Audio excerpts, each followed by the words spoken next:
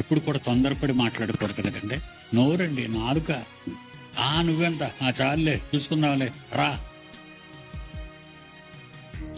ఊరుకున్నారనుకోండి, జ్ఞాని మౌనంగా ఉంటాడు, మాట్లాడు.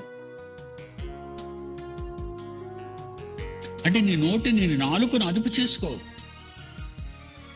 ఎందుకంటే ఈ సామెతలు 15 అధ్యాయం 24 సామెతలు 15 అధ్యాయం 4 సాత్వికమైన నాలుక జీవ వృక్షము, దానిలో కుటిలత ఉన్న ఎడల ఆత్మకు భంగము కలుగును.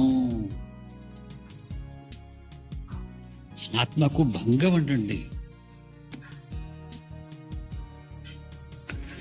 సాత్వికమైన నాలుక జీవవృక్షము, దానిలో కుటిలత ఉన్న ఎడల ఆత్మకు భంగము కలుగును. అంటే నీ ఆత్మే నాశనం అయిపోద్దట.